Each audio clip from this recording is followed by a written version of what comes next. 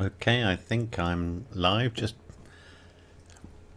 Angie's Inc. with me at the moment. Hi, Angie's. There'll be a bit of a delay, but I think it'll only be a few seconds delay. Yeah, looks like it's just about live.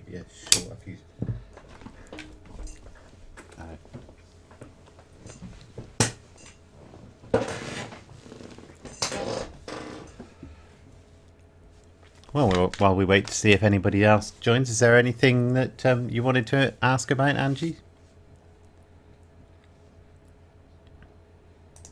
It's probably quite early for a lot of places, I imagine.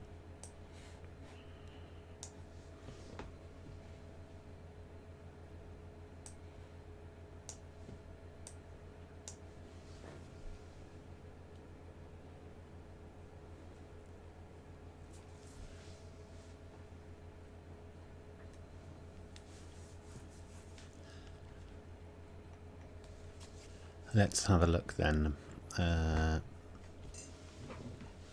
Cat's jumping on the desk at the moment, not making things any easier.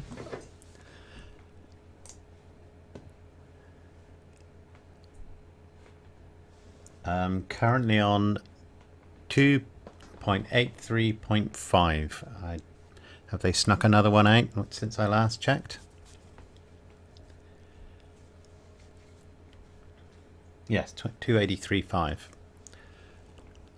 Hi, Subet.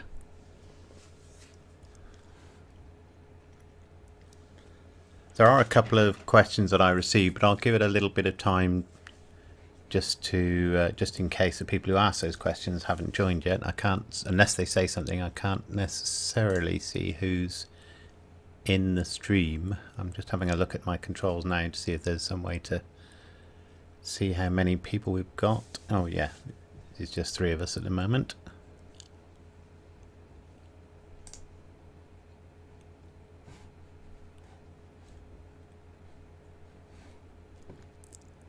I think it's about 7 more. There's quite a few seconds delay actually. Yeah, it's about 7 or 8 seconds delay. That's not too bad. It'll be a bit slower on these live versions than my recorded ones, of course, because I cut out all the delays and what have you. Is there anything any of you two wanted to ask me? Or to ask about? I may or may not know the answer, but happy to give it a go.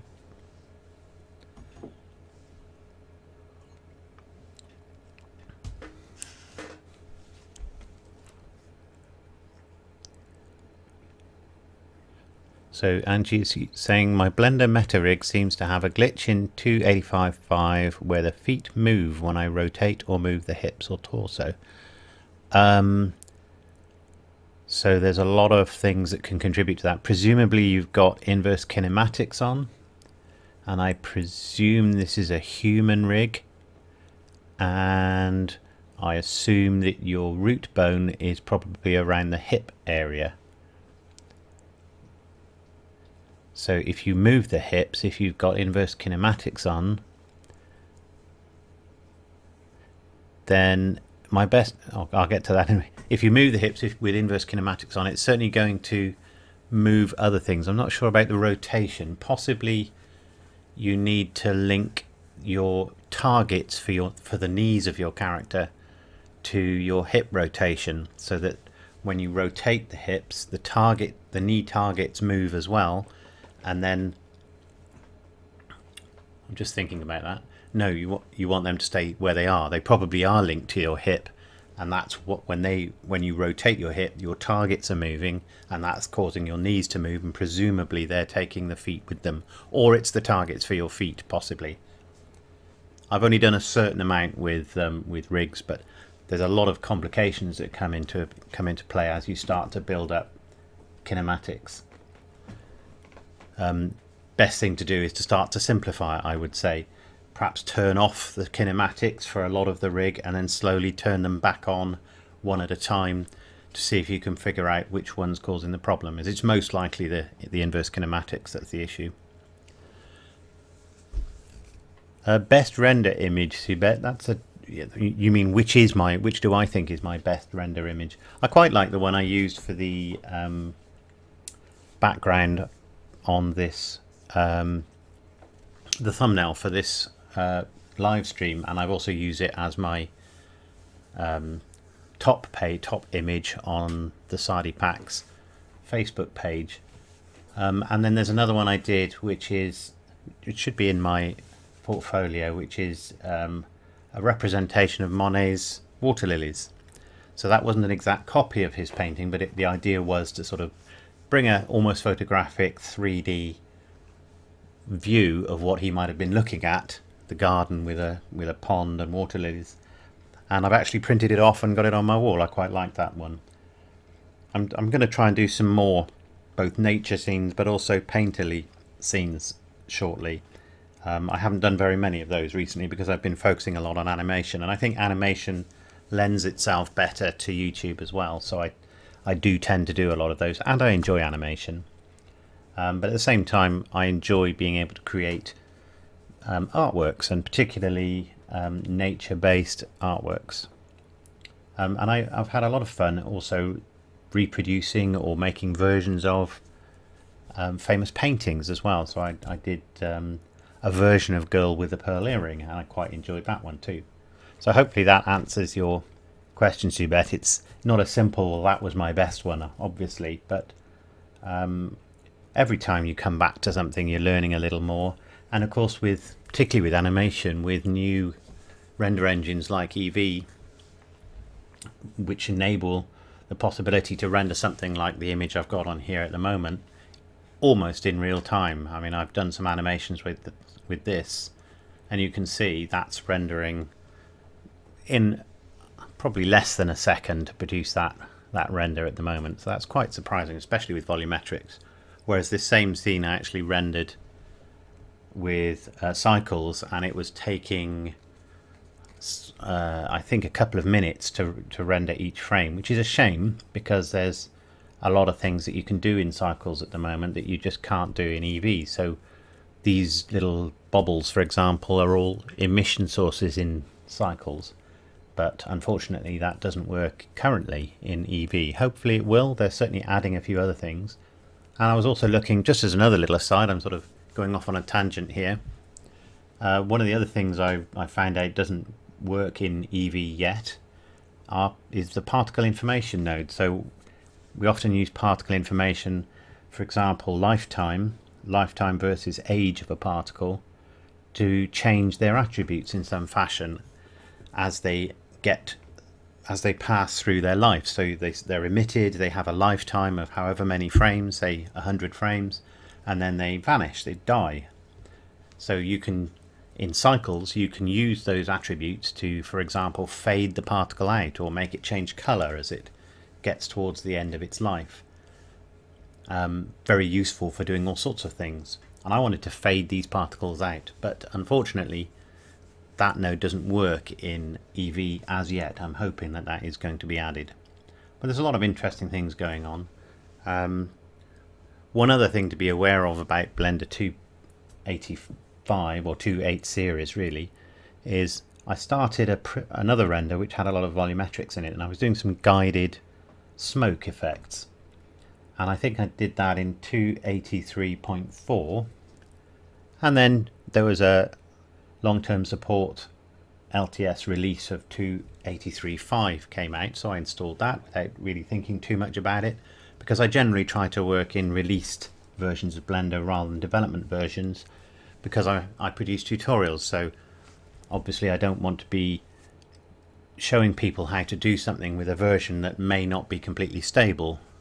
I may be showing them a function that doesn't work or gets changed, for example, if I was to do that. So I just installed it and didn't think too much about it, and then suddenly realized that guiding smoke doesn't work anymore. It actually stopped working between 283.4 and 283.5. Hopefully they'll fix that in the next LTS release, presumably 283.6, and I can carry on working on that one. But it was a bit of a surprise. I didn't think sort of more significant things like that would be broken, and I found a couple of bugs, I think, since I did mention them in the Facebook page. So worth keeping an eye out on that. If you're doing something which is, certainly if it's you involving a lot of work, I would be a bit cautious about upgrading in the middle of that project. Even though they are released versions and LTS versions, you can always downgrade, of course. But it's all the hassle of doing that, and did it completely work, or maybe you need to uninstall it first, whereas it's much less hassle not to encounter a new bug. But of course you may encounter a bug which then gets fixed by the LTS release, so you can't win either way, really. It may be better, it may be worse. But certainly in that case, that was a couple of new bugs which took me a little bit of time. I spent quite a few hours trying to get to the bottom of why it wasn't working, and then did some research online and discovered that people had started to report issues. So something to be aware of.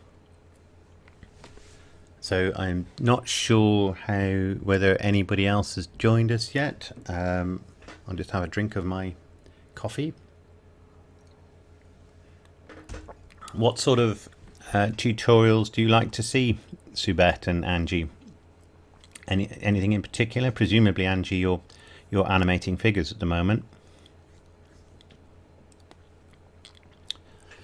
Just wait for the little 7-8 second delay. I could have put it on ultra low latency, but I think the quality of the video would have been very poor if I'd done that.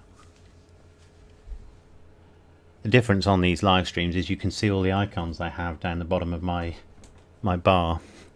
People have commented on those before. I probably should clean it up, but I often do use them, although there are a few I don't use very often.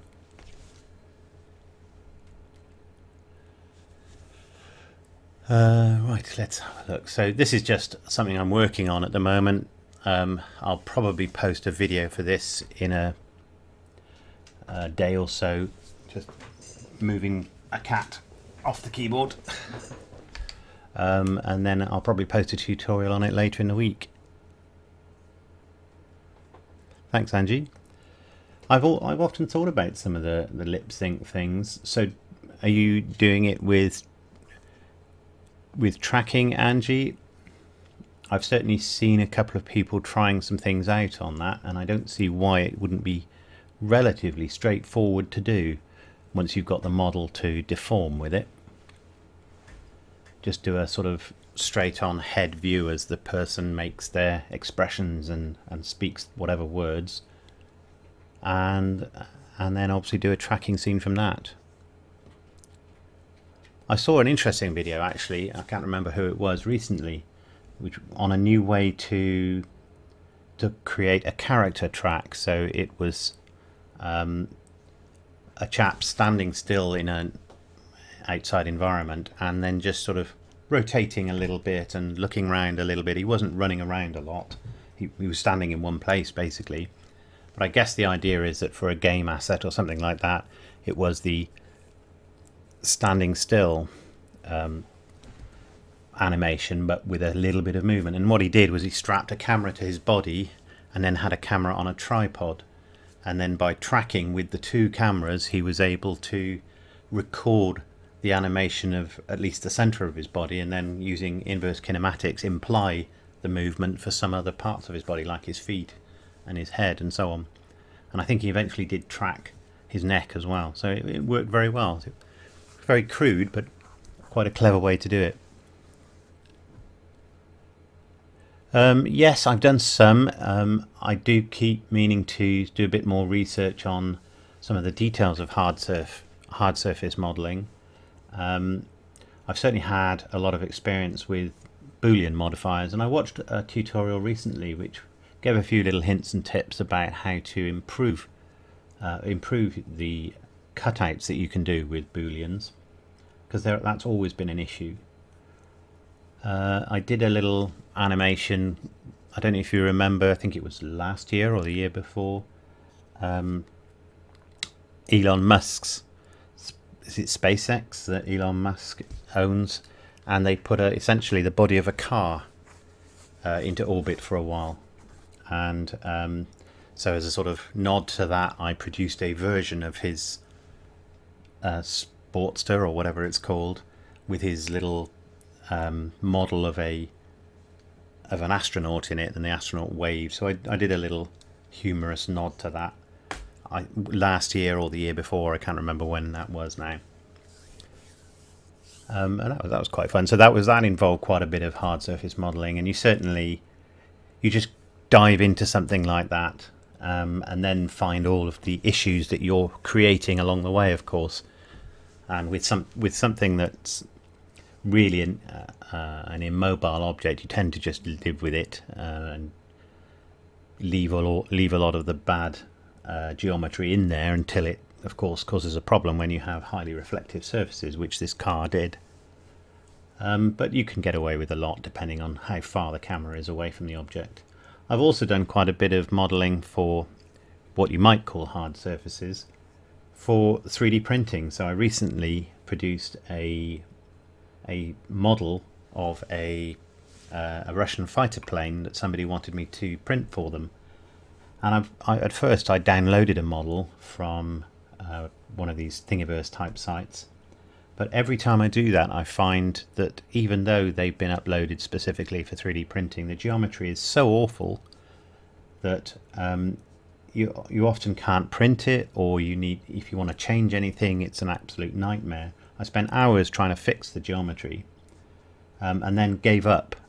Managed to find some plan views of this aircraft, and just modelled it directly with a view to the fact that I would be 3D printing it eventually, and that I managed to do in a couple of hours. So it was much quicker that way, and it printed fine. So somebody was asking, I think at one point, about using Blender for CAD. I don't know if they're on yet, but one of the things I do use quite a bit particularly when I'm doing 3D printing type things, is first of all I'll make a cube, and obviously the default cube is 2 by 2, but I'll often make it 1 by 1 if I want something that's that size, or if I want something that's a specific size. So I might want something that's say a height of 3.4 somethings, meters, centimeters, whatever. I'll make a cube at that, or what starts off as a cube at that height, and then that will be my measuring tape. But of course you actually do have measuring tools in Blender as well, so you can measure things like that, you can do angles and so on, and those are very useful to use. Oh, that's excellent then. Well done, Angie. So one of the things that I was asked about by Jim, who's been following me for quite a while, I don't know whether he's on at the moment, but he's probably going to watch the recording, I expect, was how to switch between cameras. Just ask questions if you've got any, and I may not notice them straight away, but I will keep checking over there. So I've got a very simple scene here, and I've got a default camera, and you can see it's this one over here at the moment. But what if I wanted to change to that's the default camera there, and what if I wanted to change to this camera and then change to this one? So it's actually very easy. So I'm on frame 1 at the moment. I'm going to hover over the timeline and press M. Then I'm going to come up to, say, frame 25. Press M again, and then up to frame 50 and M again. And this is at 25 frames a second. Oh, hi Jim, I was just getting onto this. So I've just put 3 markers in here by pressing M, just to recap, at the relevant points, but that won't do anything yet. So I've now selected the first camera that I want to be associated with frame 1. Go to marker and just say bind camera to marker, and you can see it's Control B as well, though that you'll have to be hovering over the timeline for Control B to work that way there, otherwise it'll do a bevel. So bind camera to marker, and you can see you get a little camera symbol. Then bring it over to here, and I'm going to change to this camera. Again, marker, bind camera to marker, then bring it over to here, select this camera, marker, bind camera to markers. And now if we look through the view and I press play, you can see the view changes round at each interval. So I've got 1 second essentially for each camera. Hopefully that answered your question, Jim. I did make a note of your question. I didn't get a lot of questions, so it was worth doing that one. Anybody else got any questions about cameras or what have you? Or anything else that I can show you while I'm in here? Or just questions about anything at all, for that matter. I'm anticipating this will be quite a short one because I imagine we probably haven't got a huge number of people watching. Let's have a look. Yeah. Oh, we've got 13 people in.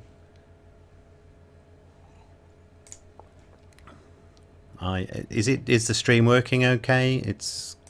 I'm getting some sort of error message about keyframe frequency. Oh, which is causing buffering. Camera lens size. So do you mean the Blender camera? I'll assume you do. So focal length, is that what you're referring to? Obviously you can scale the camera however you like, but it doesn't make any difference to what the camera sees. I've done a tutorial about a number of different ways of, or how you can, different ways of using the camera, and perhaps I'll do another one on that. But one of the things about this is that it gives you the effect of zooming in and out, but actually it's doing more than that. As you go down to this low camera size, you can see if I put, in fact I'll go back up to 35, if I put a nice little, I'll just move that out of the way a little bit, I'll add a nice little mesh cube, make sure it's in the view, and let's give that a little colour. And I think we'll just colour that one face a different colour just to make it easy to see.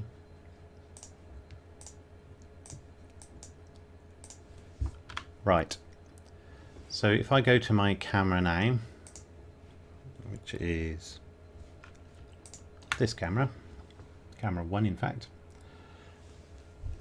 and I start to decrease my camera focal length, and I'm just going to zoom in again. So I've decreased the focal length and everything appears to have gone further away, but what you can actually see now that I've zoomed in slightly,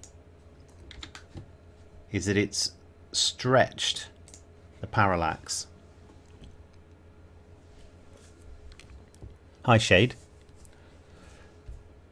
So you can see that is a cube, and it is exactly the same size on that axis, on the y-axis, the one going away from us, as it is on the x-axis and the z-axis, but it looks completely distorted.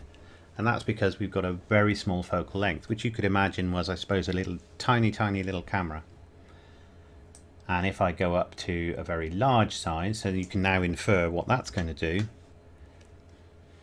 it's actually going to reduce the effect, not completely remove it, but reduce the effect of parallax. And again, the cube looks distorted because that edge looks very, very short compared to this one.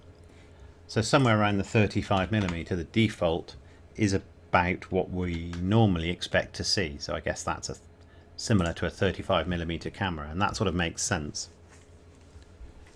But you can do some funny things with that. So for example, if you animate focal length and you animate it, for example, going smaller, but at the same time animate the camera coming back, you get an effect where the foreground pretty much stays where it is. So the person's face or whatever it is stays in shot, but all of the background, which is a bit further away and therefore more affected by parallax, seems to stretch away into the distance. So if they were in a room, for example, the back wall would seem to disappear away from them. And that's a very common effect, particularly used for dramatic effect. And I've demonstrated that in one of my tutorials, but maybe I'll come back and revisit that at some point. I guess that's the main points about camera lens size, or focal length, in fact.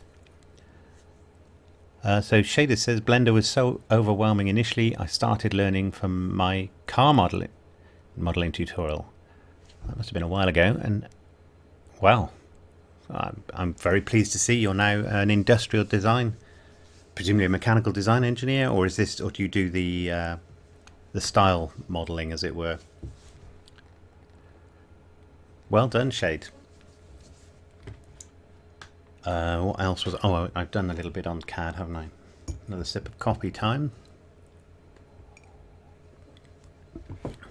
How are we doing on the stream? Excellent. So any other questions from anybody, just on any subject? I may or may not answer, but happy to hear the questions. Let's put this back to a sensible size. I thought it wouldn't be mechanical engineering. Yes, I work with quite a few mechanical engineers in my day job, as it were, as well. Always quite enjoy watching them use their tools and so on. Obviously, Blender's not quite the same as the sort of tools that mechanical engineers use, but I prefer the more artistic side to Blender. But then again, things for 3D printing and stuff like that, I will use Blender rather than trying to learn AutoCAD or anything like that.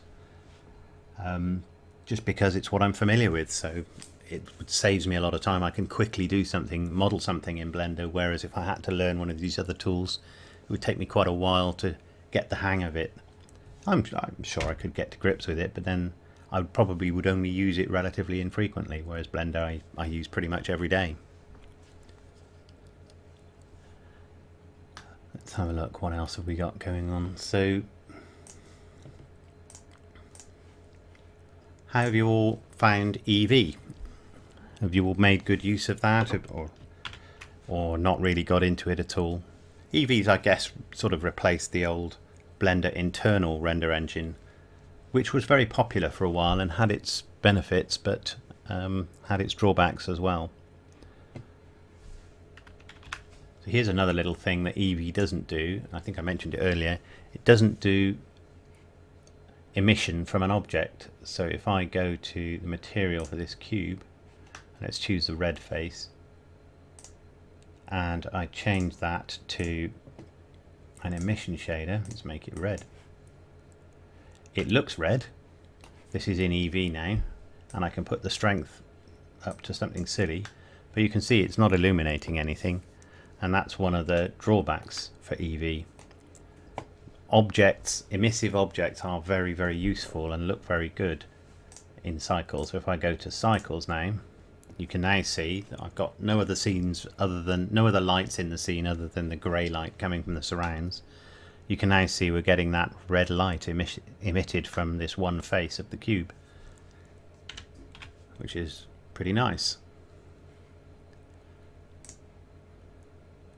But obviously not in Eevee, unfortunately, so hopefully that will change at some point too. Yes, I've seen that there's a global illumination add-on. I may try it out at some point. What I tend to do though is I tend to wait until add-ons are part of Blender itself, so they come with Blender, because otherwise, if I do a tutorial that uses it, depending on the add-on, but if I do a tutorial that uses it, then I have to say, well, you need to go here and you need to install this add-on. I'm willing to consider it, but generally speaking, I want to show people how to use Blender out of the box, as it were. Fortunately, what often happens is that very popular add-ons end up shipped with Blender anyway, so that's good. But that said, I'm not averse to using non-default add-ons if there's some particular benefit of them, particularly if it's one that I'm not going to necessarily need to do a tutorial for. So that's one difference between Eevee and Cycles. Of course, one of the big problems of Cycles is volumetrics. I'm going to dare to do a little bit of volumetrics now, so this may cause a few problems. Okay, that's quite a... So, hi Simple, or Simple Nero, I should say. Could you show how to bake properly with good illumination for using this material or texture in Unity? So, at some point I am going to get to take a good look at the Unity engine. I'm somewhat familiar that there are well-established mechanisms for exporting between Blender and Unity, but I haven't played with them myself. In terms of baking illumination, obviously the Eevee engine is designed to be a closer fit with Unity. And there's one problem straight away. Look, we haven't got object illumination, so I have to add lights and light probes and things like that. I'll put a point light in here in order to get illumination in my scene, other than HDRIs anyway. So if I turn that light up a bit, you can see we've now got some light in the scene. So in terms of EV, you can bake that into the scene very easily, but obviously what you're looking at is how you can bake into a material and so on. I have done a tutorial quite a long time ago for cycles where you bake the illumination, and effectively you had a cycles rendered scene that looked very nice, and you could look around it in real time just like this, just like you can in EV now. What it wasn't able to do though is account for changing lights or movement in the scene. So it would be a still scene with whatever lights in. You baked the lights, and essentially what you did is you created materials which you then wrapped onto the objects, which were UV unwrapped of course, and those materials were affected by the light. And then when you then just wrapped those materials on there and everything was emissive, it looked as though the scene was being rendered in real time because you were looking around it like this, and it looked great. And your eyes actually add a slight illusion, as it were, because you tended to think, see how you're getting this specular reflection here, they appeared to move occasionally, but in reality they weren't really. So in EV you can do a bit more of that. I'm not going to go into a long tutorial on this. I would need to make sure I took some time and did everything right. If I did it now, I'll make loads of mistakes and go back, and you won't benefit. But it's a good idea for a tutorial, so I will look into that. But one of the things you can do, of course, is you can put in, let's say, a reflection cube map, for example. So you put that in here, and then when you're in EV, just trying to remember which menu it's in now.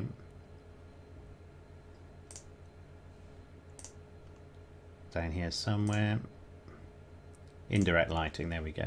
So you can bake indirect lighting, you can bake the cube map and so on. That actually doesn't create any new materials, but what it does is it means that it doesn't have to recalculate it when you're looking around. It's already baked it all, so it's just even quicker.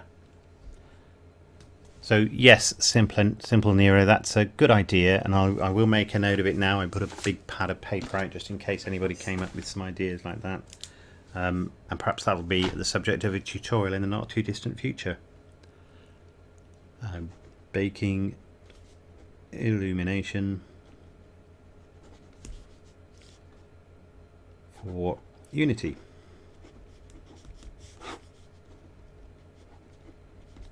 Okay, made a note of that. So how's everybody else getting on? What sort of project are you working on at the moment? I have to pause when I ask questions like that because I know there's about a 7 or 8 second delay.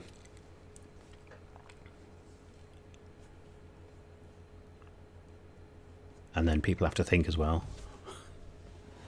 You just go and check that the stream's still working. Yep, seems to be.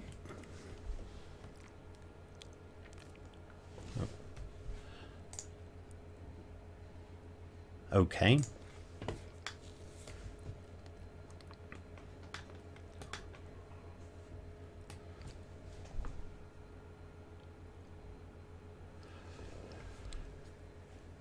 So actually what I'll do, I think, is I'll open up the little 3D print model I did recently, if I can find it.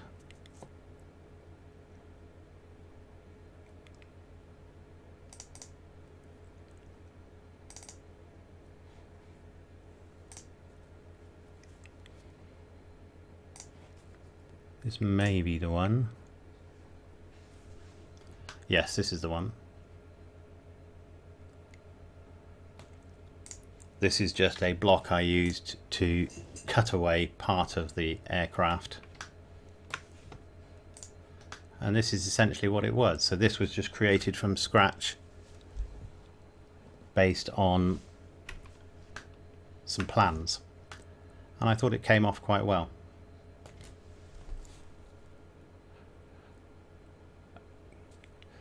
Excellent. I keep thinking I might do another video on effectively just creating a scene, or possibly even an animation now that we've got EV, as a sort of advert. So effectively create a fictional product and then create a really smooth, pleasing looking render as a product advert, as it were.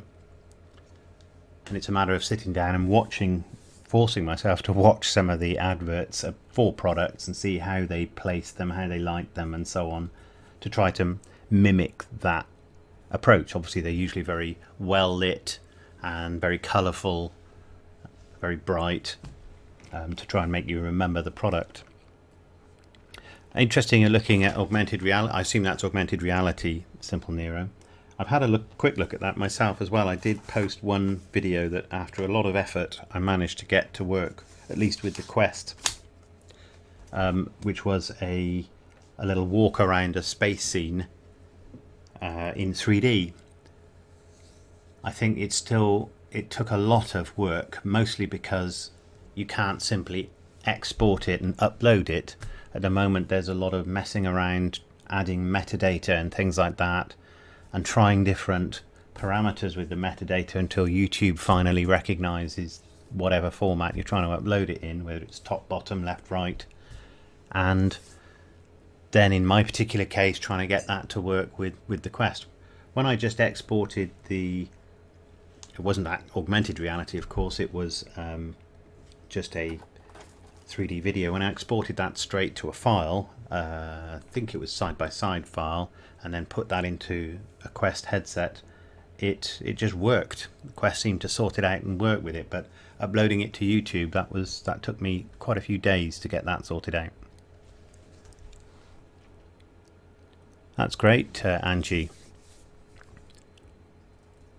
So I have done a couple of character animations. Certainly I found character animation to be something that takes a lot of time, and it, depending on the level of detail that you put into your character, of course. I haven't practiced a lot certainly not making humanoid characters.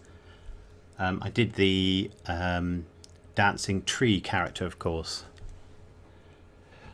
I can't. Hi Philip. I don't know. I don't use a Mac, so I'm not familiar with how different it is. It shouldn't be that different. Blender's written in the Python scripting language, and as far as I'm aware, that should be a common language between devices. However, obviously there are differences in terms of the render devices that you're using, depending on what particular Mac you've got and presumably what graphics card you've got in it. So there may be some differences there. Generally, I would have thought it should be pretty much the same. Menus should look pretty much the same and everything. And certainly a lot of the tutorials I've watched online, probably at least a third of them, look like they've been recorded on a Mac. I think the majority are on Windows PCs, but certainly a proportion of them are on a Mac. So yeah, obviously there's always going to be subtle differences when it comes to the actual graphics output, so it doesn't surprise me that there might be an issue with OpenGL. So that's particular render outputs, although I haven't looked up here recently. I guess this is essentially OpenGL, so they'll have to render it in a different way. That might possibly be slower, but it all depends on the PC, I guess. And PCs, including Mac PCs, are getting so powerful these days that a simple thing like rendering the scene in front of you is not really much of a challenge for any kind of machine these days. So what else have you all been doing? Let's just have a look, check, make sure I'm not talking to myself. The stream is still running. Yes, I think it is. Yep. Okay. Quick slurp of my coffee. I remember when OpenGL came out, it was, I think my first experience of OpenGL was Quake, and that was on a very early PC a long time ago. And Quake was just an amazing game at the time because it was 3D, albeit it wasn't really 3D, but it was projected as 3D in 2D, as it were. But the other games at the time were much simpler, and it was actually quite a scary game with things jumping out at you, and you could hear these noises, or you could hear the monsters grunting from the other side of the wall. And of course, it's still going today. I even played it briefly on the Quest headset, and actually got my heart beating a little bit there. Hi, Avra. So I didn't get an awful lot of well, I got about 2 questions in advance, so I haven't got an awful lot prepared. How long have we been going for now? Let's have a look. 40 minutes already. Yes, I still remember, Jim, that's what you do. And are you doing animations now to show how things are working? Certainly an interesting application for Blender.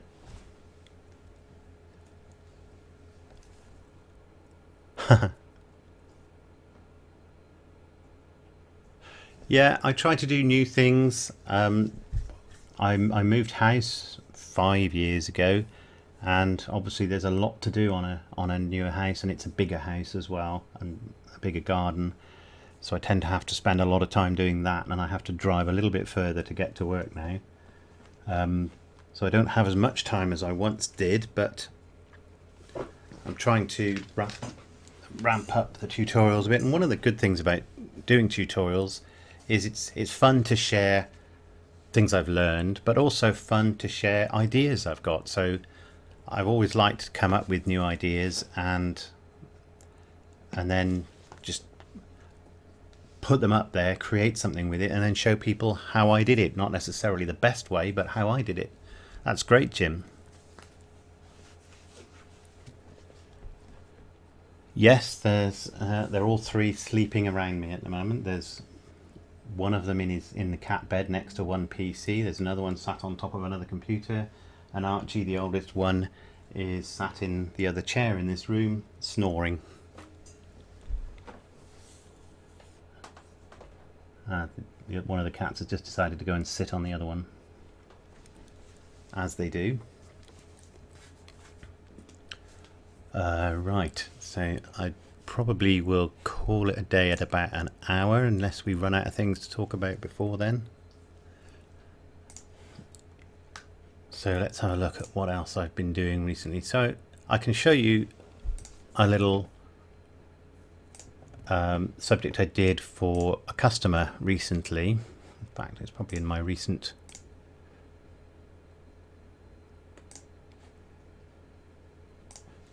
which is basically they saw what I'd done for an earlier tutorial and were quite interested in having an animation somewhat similar to that for one of their customers. So you can't see on this one. I'll have to go to all I need to do is go to an earlier version of the file.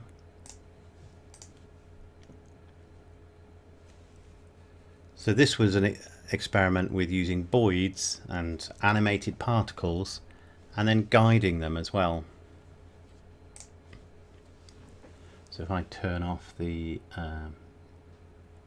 transparent and that, and then we press play. So what you'll see is that you can see these little things here. This is little birds. And you can actually see they start to follow a particular path. It doesn't look so good here because I haven't got the main swarm on top, but I can turn that on as well. So if I turn them on and we go back to the beginning. So this was 2 different particle systems, one working as following a path effectively, and the other one just following an object. It's actually chasing this little object running around here. If I vanish all of that, And the idea is to simulate a murmuration, which is basically a big flock of usually birds like starlings that flock together and fly around in a particular way. And this is what they wanted. They wanted their company logo briefly shown in the background by these birds. I think Walter Mitty, I think there was a film about Walter Mitty, and I think they used an effect similar to this. And it's interesting because I often see quite interesting effects used in the titles of movies, and then they inspire me to try and create that effect myself. I usually don't manage quite the same, but if I look back at my videos, there's quite a few that were either requested as a result of that or were inspired to me by seeing the effects used in the title sequences of films. So I think someone asked me about doing a Bourne one. I haven't actually seen the Bourne films, and yet at the beginning there's some kind of sort of three-dimensional matrix of little sticks essentially, and so I spent a bit of time, and I think the results were quite good there. And of course I created this one, and the one I'm working on at the moment with the this one here, not this one, the what I'm calling guided bubbles. This humanoid figure with these little bubbles around it, that's inspired by some title sequences on a film or a series as well. So I often get these sort of ideas. So perhaps that's what I should be doing really, is creating title sequences for movies. Maybe that's what I should do.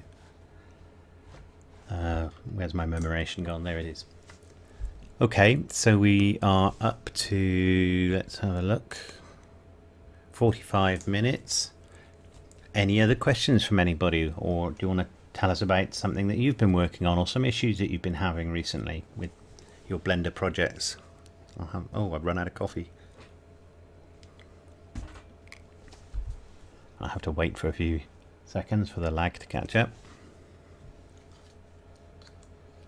I've started to watch a lot more tutorials recently because I'm often inspired to take something that somebody has demonstrated how to do, and then it gives me an idea on how to use that effect with something else. And I get a kick out of creating something in a different way. It's not always necessarily the best way, but just a different way. And I think that's one of the great things, the way that Blender enables creativity, is that even if what you're doing is a very inefficient way, perhaps nothing like how a professional would do it, the fact that you have done it and you've worked out how to do it, whether it's some very, very complicated node system or a particle control system, whatever it is, you've learned something along the way and maybe produced something that somebody else didn't think of, or maybe you have produced an effect that somebody else has done before, but in a way that they didn't anticipate.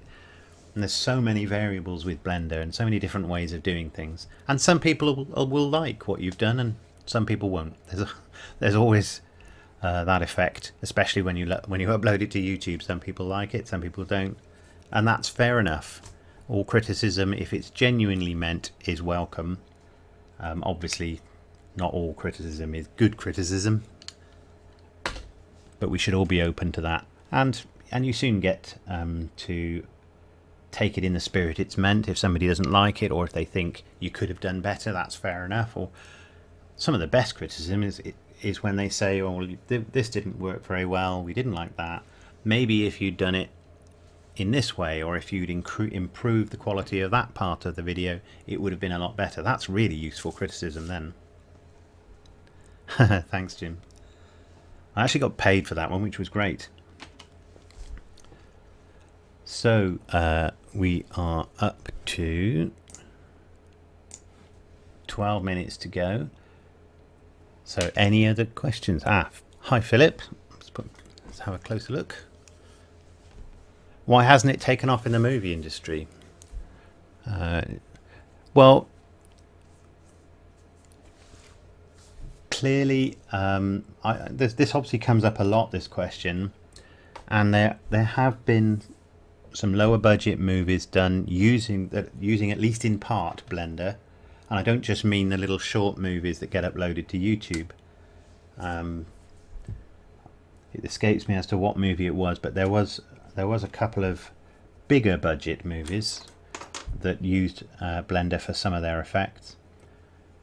Clearly, you've got a vast number of people out there that learned either in university or over the years in industry using other tools such as Maya. So while there are a lot of commonalities, and I think there is a lot of transferability between tools, and if there isn't, then there's a problem, but I believe there is a lot of transferability of knowledge between tools.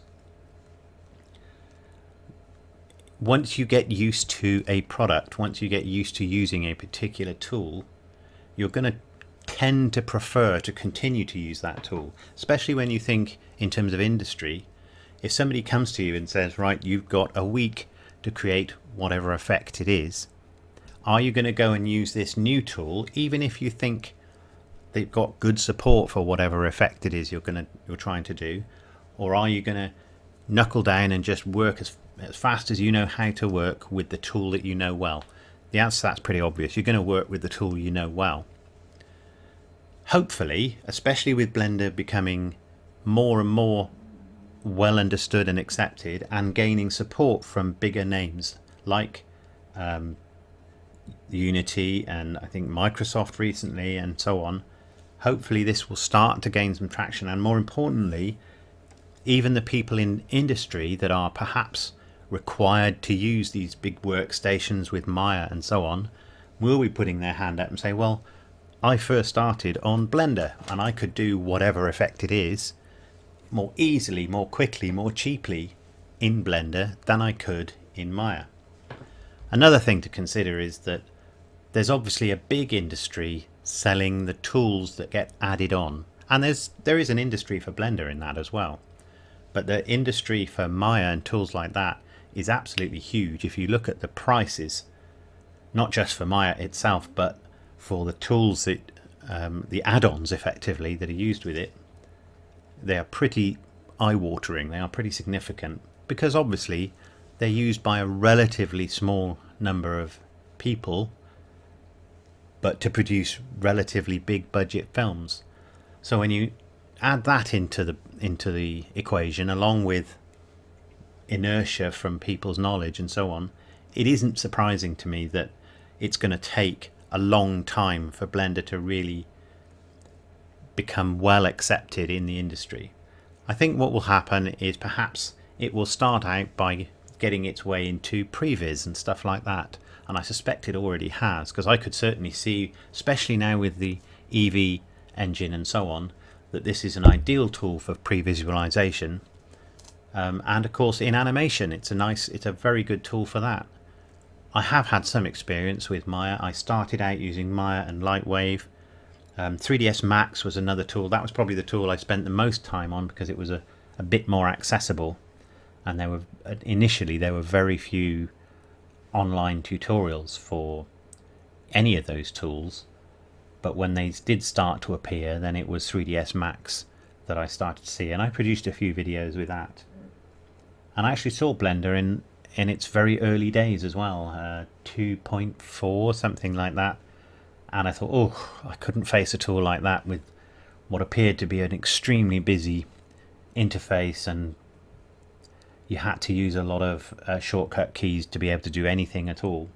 And then I came back to it at, I think, one of the later 2.5, 2.6, something like that, and it had changed dramatically and became much more accessible. And of course a lot of YouTube tutorials from people like Andrew Price appeared, and obviously I then started to get into it, and I found, and this was something I was going to mention earlier, both in Blender and in pretty much anything, anything you're learning to do, if you, as you learn it, actually try to teach others how that works, you will get better at doing it.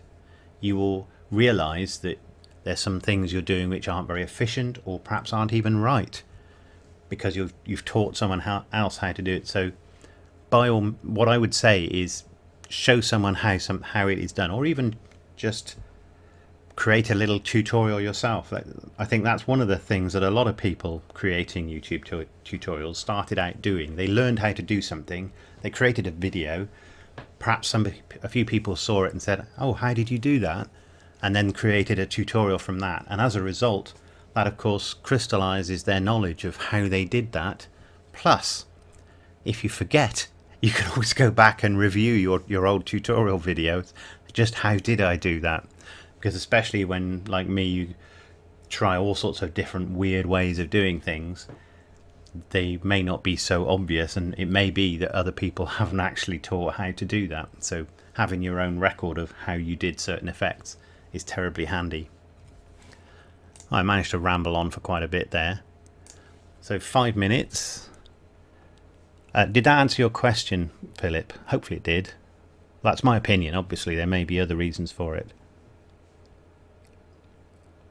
I think one of the key things is that Blender's clearly got its sights, the Blender Institute has clearly got its sights set on expanding things, and it will do so, but it will take time. I think, obviously I don't use the software that Pixar uses, and I have had some experience with Maya, but clearly that's a very big big business piece of software, and very professional. But that said, out of the box, I think you could clearly say that Blender will do certainly most things that a piece of software like Maya would do out of the box. What you'll often find is that big companies will write their own, for example, render engines or tweaks to the render engines, or they'll write scripts that will control a lot of particles to create crowd effects or whatever else it is that they're trying to do. Well, we already know Blender can do all of that, and in fact in many cases a lot of these effects, there's one on the screen now with the Boids, are, and this is real time by the way, I'm not playing a video, Blender can do a lot of these things out of the box. You don't need to write a new tool or add anything. But also writing tools for Blender, if you want to take the time to learn Python, is a pretty straightforward process. I've learned a little bit about Python myself. It's a pretty straightforward scripting language. Not a big surprise to anybody who's done a bit of scripting in I think it's object-oriented software before, certainly C++ type of software. And so the short answer is, can it handle and compete with this software? I think so. Obviously there will be some limitations, but most of the limitations are about hardware, or about what hardware you're running it on, because clearly most of us are using home PCs and there are limitations on what we can do. I don't tend to use render farms, but the big businesses will go and use a render farm because their individual scene is going to take multiple minutes to render one frame, and they're going to need to render, say, 20 minutes of video or film. So that could take an awful long time unless you've got a lot of machines working on it. Automatically save render, high shade. Do you mean output to the final render output?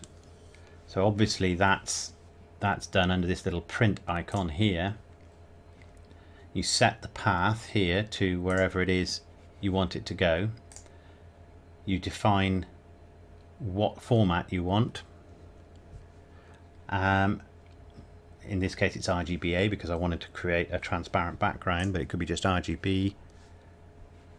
Generally don't change anything here, and then come up to here and just say render animation, or render image doesn't automatically save, it will save it to the screen, and you can just say save from down here. In fact, if I stop this and just render that, it shouldn't take very long. There you go.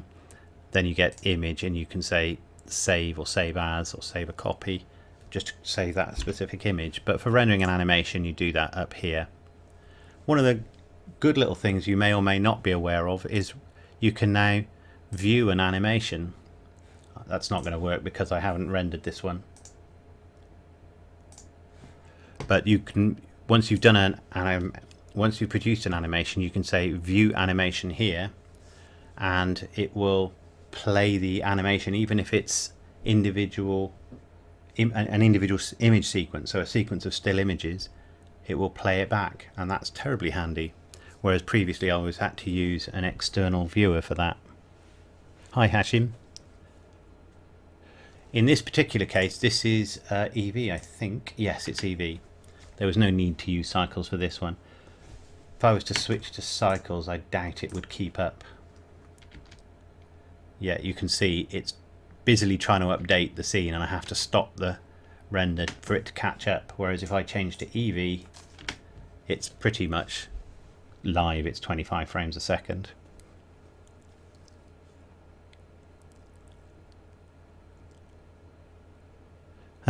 Yeah.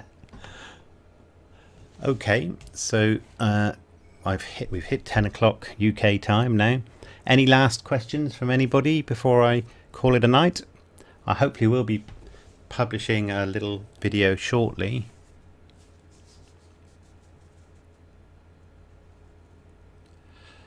Hello 1TNLJ. When I said Blender is onto something, well, this is going back quite a few years. I think my first tutorial that I uploaded was something like 2013. I think it was around then, so quite a few years ago now, 7 years ago. And that was probably within 6 months of me starting to use Blender. Before that, the most of my work in 3D had been done on 3ds Max. And as I said earlier, I'd come to Blender at quite a bit earlier. Before that, somebody had said to me, "Why don't you go and have a look at this?" And I'd had a look at it, and it was something like Blender 2.4, something like that. And it was a very unfriendly screen. It was really difficult to get to grips with. I'm not even sure if it had cycles. And like many people, my first experience with Blender, actually a little bit later, was creating a little scene, just managing to put some objects into the scene, pressing render and getting a black screen, and then realizing, because it was in cycles I think, and then realizing of course it's a black scene because I haven't put any lights in it yet. So that's one of the great things about a physical renderer like cycles, is it kicks you if you do something stupid like that. But that's how you learn. You try something. Sometimes it's just you're not realizing that the computer isn't taking care of things for you because it's rendering things as the real world does. So to get back to your question, I guess somewhere around 7 years ago, fairly quickly within starting to use Blender, my learning curve was very steep, and it needed a very steep learning curve back then. You couldn't sort of ease into it. You had to really knuckle down in order to get over that initial hump. And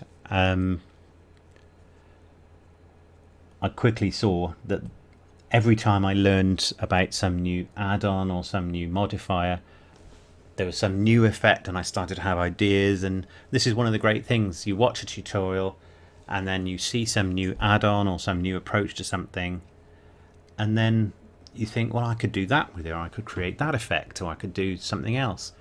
That's how my original Murmuration animation from many years ago came about, just seeing how Boids worked, and thought, well, you could make them take off and they could fly around like birds and so on. There is an awful lot to learn, and all I would say is just keep at it. Whatever you enjoy doing. One of the things I often like to do was to see an effect, as I was saying earlier, often used at the beginning of during the title sequences of films, because you often are focusing on a particular effect then, and then think, well, how could I create that? And often you'll bite off some more than you can chew, as it were. So in other words, you won't realize how difficult or how involved something will be. But one of the great things is, especially now we've got the Eevee render engine, I think you can have a good go at most things. There's very little where you couldn't even start. The quality will vary depending on how well you're able to achieve the effect, but you'll be able to achieve something, and that's one of the great things about it. Okay, thanks for that question, Hashim. Oh, thanks, Philip. Okay, well, thank you very much, everybody. Thanks for coming along. I've enjoyed answering your questions and chatting along to you all. And hopefully I'll be able to do another live stream in the not too distant future. If there's anything that you think of that you'd like to know about after I finish the stream, then by all means just send me a message. You can send it to my YouTube channel or contact me on Facebook or Twitter, and I'll either answer your question or I'll create a YouTube tutorial on the subject. I'm always on the lookout for subjects for new tutorials. Okay, well, thanks a lot, everybody, and I'll see you in the next tutorial. Bye for now.